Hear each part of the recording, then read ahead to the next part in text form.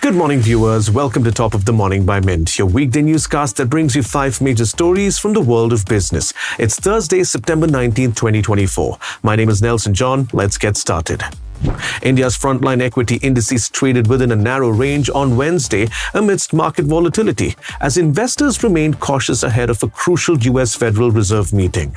The Nifty ended the session down 0.16%, while the Sensex also slipped 0.16% from its previous close. As the festive season approaches, online shoppers might find it harder to return fashion, accessories, home decor, and kidswear.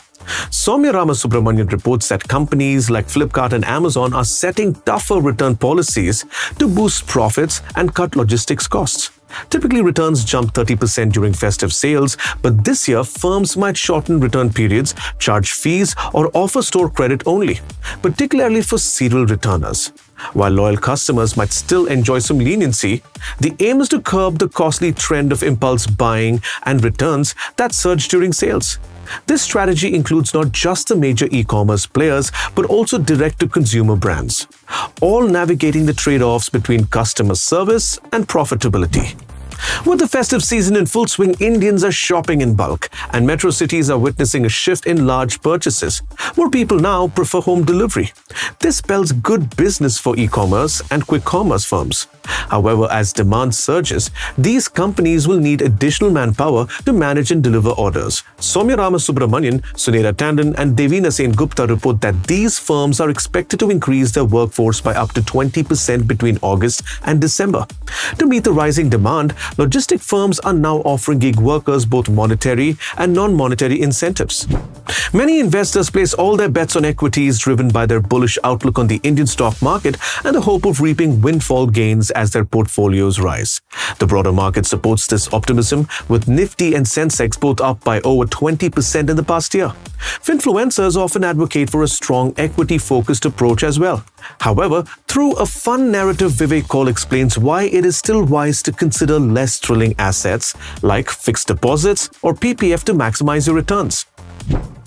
Singapore's Temasek Holdings is set to acquire 18 to 20% stake in Cloud9 hospitals from Peak 15 for approximately $125 million. This move comes as Cloud9, a specialist in mother and baby care, prepares for a public listing next year, with the deal valuing the company at around $600 million, reports Sneha Shah. Peak 15 is making its exit after more than a decade, securing a substantial return to its 2013 investment. The transaction is part of a broader cap table realignment for Cloud9, which also raised funds earlier this year to support its expansion across India's major cities. India is reassessing parts of its new criminal laws after feedback and judicial observation flagged the risk of potential misuse.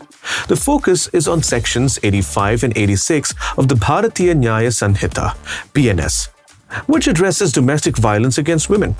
These sections mirror the old IPC's Section 498A, which was designed to protect women from dowry-related abuse but face criticism for being misused against husbands and their families. Concerns raised by the Supreme Court over the lack of safeguard have spurred this reevaluation, reports Manas Pimpalkare. Simultaneously, the Law Ministry is advocating for arbitration to help address the massive backlogs of over 50 million cases in Indian courts, promoting alternative dispute resolution to expedite justice and reduce the burden on the judiciary. That's all for today. Thank you for joining in. We're eagerly looking forward to our next Top of the Morning episode, which will be packed with fresh business news. Until then, have a great day.